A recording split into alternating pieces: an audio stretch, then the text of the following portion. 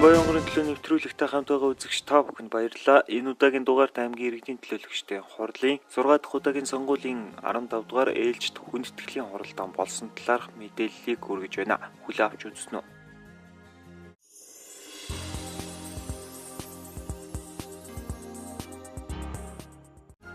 Аймгийн иргэдийн төлөөлөгчдийн хурлын 6 дахь удаагийн сонгуулийн 15 дугаар ээлжид хүндэтгэлийн хуралдаан энэ сарын 12-ны өдөр болж өндөрлөлөө. Хурлын эрс цөглөөний 10 цагийн байдлаар 99.7% байсан. Хурлаар үндсэн 2 асуудал хилцэхээр урьдчилж тавлаад байсан бол Монгол Ардын намын бүлэг аймгийн засаг даргын тамгын газрын өргөтгөл болох хуучнаар Монгол Ардын намын гэгдэх байр улсын дээд шүүхийн хяналтын шатны шүүхийн тогтоолоор орон нутгийн өмчөд шилжих болсон. Тус байрны 1-р давхрыг аймгийн Монгол Ардын намд шилжүүлж өгөхийг хүсч тус асуудлыг хуралдааны эхэнд хилцэхээр болсон юм а.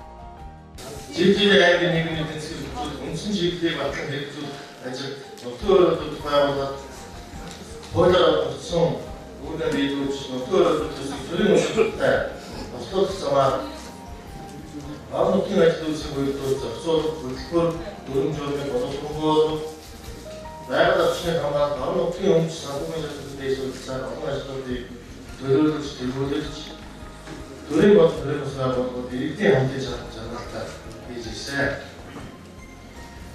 Нэг аймгийн эдийн засгийн хурлын хуралдаанд төлөвлөсөн хуралдааны талаар өөрийнхөө хугацаанд аймгийн эдийн засгийн хуралдаа 14 удаа хуралдаж 43 тогтоол аймгийн эдийн хурлын тэргүүлэгчид 14 удаа хуралдаж 583 тогтоолыг тус хуралдсан байна. Орон нутгийн өмчлөлт шилжүүлэх байгууллагын 1-р давхрын Монгол Ардын намын өмчлөлт шилжүүлэх тогтоолыг үүсгэж байна. Хурлын хэлцүүлсэн 1-р дэвтэн эцэг шийдвэрлэж өгөхийг хүсэе. Илэрхийлсэн хамгийн Монгол Ардын намын өсөлт тогтоолын төслийг өнөөдөр удаа хэлцүүлэхээр санал авч байна. Хуралдааны эхэнд Монгол Ардын намын байрны 1-р давхрыг шилжүүлж өгөх хүсэлтэй байгаагаа Монгол Ардын намын бүлгийн төлөөлөгчид хэлж байсан. Гэсэн ч хуулийн дагуу тус байр нь бүрэн орон нутгийн өмчөд шилжсэний дараагаар намын байрыг хэрхэх талаар төлөөлөгчид ярилцах ёстой төдийгүй орон нутгийн өмчийг аль нэг нам эвсэлд өгөх нь хууль бус гэж зарим төлөөлөгчид хэлж байлаа. Ер нь бол дөрвөлжтэй хурлаар оруулаад ингээд цааш явмаар байна. Тэр аавын дүгнэлтүүд дөрвөлжтэй хурлаар хэлцүүлээд тэгээд ингээд цааш явал яасан бэ гэсэн ийм санал байна. Тэгэхээр процессын хувьд бол энэ төрийн хөрөнгө болоод мэржлэрээ бүх юм авах хэрэгтэй. Дээд шүүхийн шийдвэр. Үүний дараа аймгийн иргэдийн хурал өөрт ирсэн өмчөө шийдэх асуудал аймгийн иргэдийн хурлын асуудал. Өнөөдөр төр өөрөө хөрөнгө хүлээж аваагүй нэгдүгээр.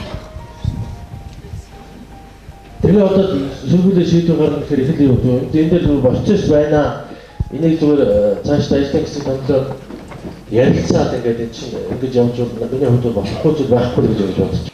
Дээд шүүхийн шийдвэрээр намын Монгол Ардын намын байр орон нутгийн өмчийг мэддэг заяа тохиолдолд бол та бид бас ирэмгүй шийдвэр гаргах юм бол орон нутгийн өмчийн төлөө хамтарч зүтгэх цаашдаа бас иргэдийн ажиллагаанд дэмжлэг үзүүлэх талтай энэ гинэ талаас оюун ухаан бодлого гэж бодлоо нийлж шинээр сэтгэж ингэж ажиллах боломж бол баг үзүүлээс их гэж миний бодож байгаа.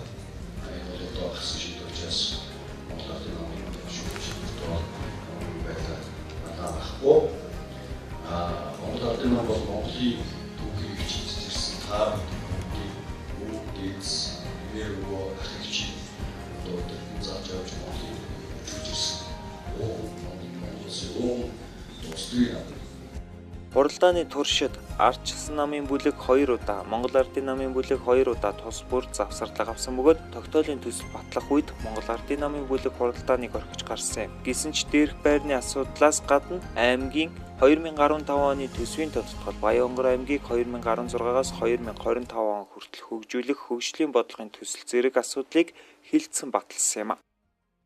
Улс орны үлдэгдлээс 288.1 сая төгрөгийг өргүүлдэг юм.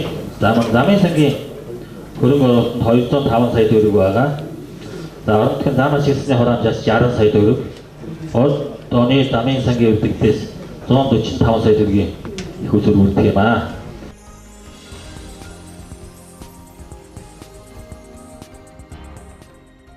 Шинэ Баян онгорын төлөө нэвтрүүлэгтэй хамт байсан танд баярлалаа. Дараагийн дугаараар иргэн уулзтлаа. Түр баяртай.